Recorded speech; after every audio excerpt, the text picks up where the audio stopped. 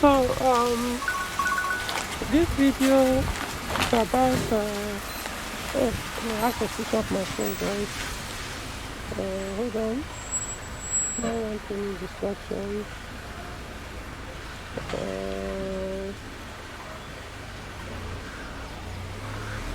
Okay.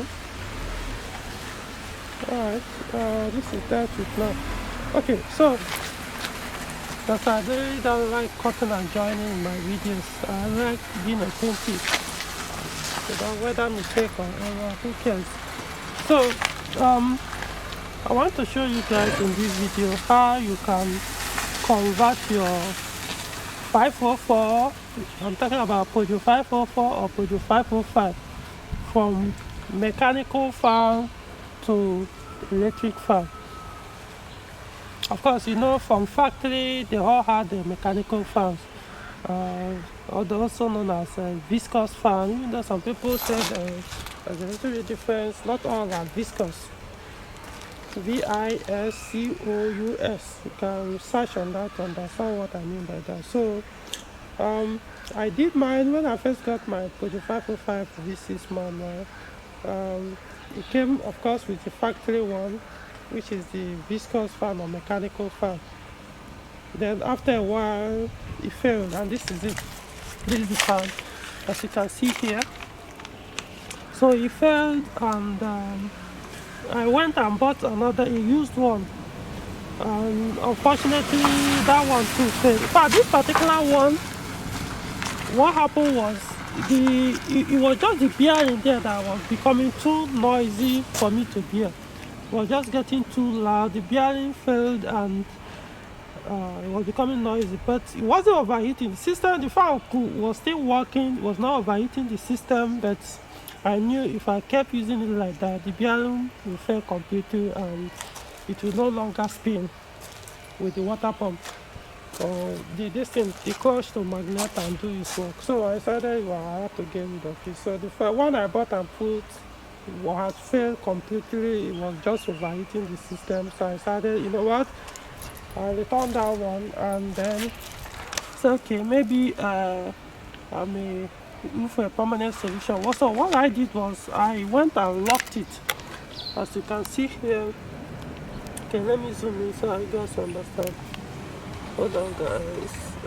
You can see the locking I did here. I gave it a welder, so it connected all this blade 4 iron metal here, and locked it up, so it became permanent. By what I mean permanent, I mean this thing became permanently attached to this. So I connected it back on the water pump, and hold on, let me show you. This is the water pump. I actually removed it a few days ago. I need to do some work on it. So I removed it. This size it is. So something like this. Damn it. So you can see this is how it's supposed to be by factory. So as the belt is spinning, the water pump pulley is also spinning the fan constantly, you know. So I now did a journey with the vehicle, and before I even traveled with the vehicle, I realized that the temperature was no longer getting to 90 degrees Celsius, no matter how I try, especially once the car goes into motion. And the faster I go, the lower it drops the temperature, to the point that it doesn't even get to, I'm not sure if I ever got to 80 degrees Celsius when I traveled with the vehicle. I did a road trip which was about 1,000 plus, and the temperature maintained below 70 degrees Celsius. I wasn't happy about it, and not only that, there was a huge power drop. The power dropped completely, and the fuel consumption went high, very, very high. So I came back from that road trip and said, you know what, I'm just looking for a better permanent solution than this locking up the fan to the water pump. So I now went to this route. So I now mounted electric fan. So what I have here, actually the day I did this thing, I drove to market here in Abuja, Nigeria. They call it Apo. So I drove straight to a Japanese line where they sell Japanese vehicles, and so I told them I will need a fan that will match the radiator. So they removed the radiator and they got about 4 or 5 fans with the fan shroud complete or fan coil. So this one now matched, as you can see. So right there, just off the from my head, I did the connection. Yeah, that day I did the connection and started working. So sometime early this year, this thing happened in 2011. I think late 2011.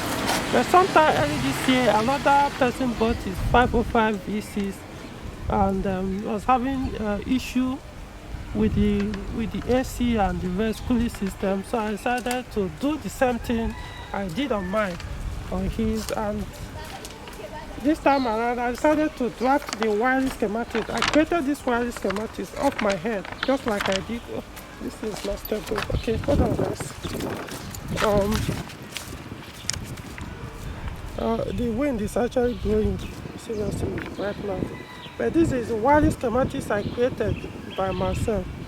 Just at the back of this page. So about 3 relays I used to do this conversion.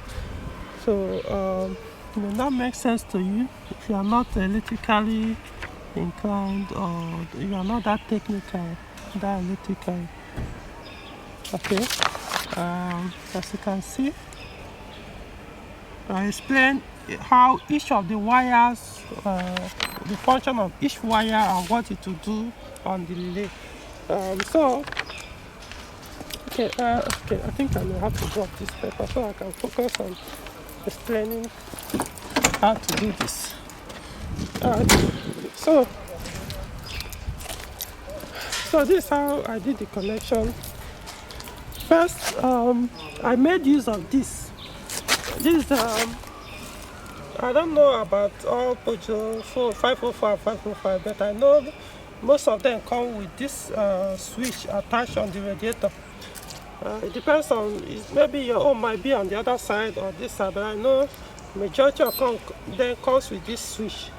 And this is more like the coolant temperature sensor that will have modern cars, even though the engine also has, my 505 V6 engine also has its own coolant temperature sensor on the engine. In fact, it has about 3, right? But it also have it here. And this one, even in 605, Peugeot 605, you also find something like this. It controls the fan and the AC fan, that's the condenser fan. So to make it short, here it has 3 sockets, right? As you can see, 1, 2, 3. So this socket here is the one that will come from the, it depends on how you did it, the last relay that will connect to this place. But let's just say straight, okay, let's put it this way. From the battery or from whatever that will trigger the fan will first come here, this one on top. It depends on how this, it may be this side or this side, but know that these two are facing each other, while one is in between them on top. So always know that this one here is one that will bring in power and now distribute to these two. So if you connect positive here, positive connection here, when temperature gets to probably like 85 or 90 degrees Celsius, then it will transfer the current to this particular one here. So what I did was I connected this fan here to this one. So once it starts spinning, then after a while it will go off. While this one, I connected the what's it called, the AC blow, no, not the blower, AC condenser fan, which is in front of the condenser and in front of the alternator or radiator as well. So that you now have 2 fans controlling this. This will now serve as, if the temperature is, I think this one comes up around 105 or thereabout, or 100. I think 105 degrees Celsius. So if this one comes up and it's not enough to cool the engine, depending on the ambient temperature, this one will now switch on the the blower, the another fan, electric fan that will be in front, and cool it off so that two fans will now stay on and then reduce. Since I did this conversion, I've never ever had what's it called, overheating issue. Never ever. As long as in terms of overheating that will come from the fan and anything, never had issue. I don't think I ever had overheating issue since 2011 I did this. So you can see, in fact, what I did was, you can see this code. I look for a welder to drill this hole where I could bolt this the fan cool here. So it was a perfect match for the radiator. Even down here, I used something to tie it on the radiator, and the fan blade doesn't touch the radiator. You can see spinning freely without touching anything. Because this is the socket, positive and negative. You can see two wires here. So I connected it. I probably don't think you guys can understand the connection here. This is one of the sockets that goes to those pins, about 3 of them. Okay, this is the AC condenser, and then the fan in front of the AC condenser is here, right? So now something else I failed to mention. If you are doing this conversion, you have to consider which side of the radiator for you to mount the fan. Unless the fan will cover the entire radiator, but in this case it covered only most part of the radiator were covered, and but the reason why I push it to this side instead of this side is because on the engine, now this is the water pump, right? So this part of the water pump kind of, if I push it to this side, it will block this space. It won't be able to enter because this thing was actually like this. You can see. Let me see. Alright, so it was actually like this in the engine. So because this side goes to is attached on the engine, so it means this cannot stay here. So I had to push it this side. So it depends on which engine. Is it 4-cylinder or V6, diesel, or whatever engine you have. Is the shape or the length of your water pump will determine which side that you will mount the cooling fan. Now, of course, you have the option of putting the fan in the front. So instead of that, in that case, you will now be pushing air out, hot air out, unlike this one that sucks hot air out of the radiator.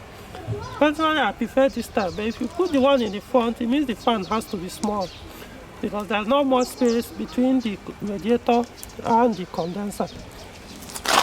But it's doable, but it means you have to look for fan, maybe in this case, maybe a two fan to be able to do the job. And understand that the radiator is not that big to take 2 fans, so it's big, but not as long as not long enough to contain 2 small fans, unless you are lucky to find one that will match.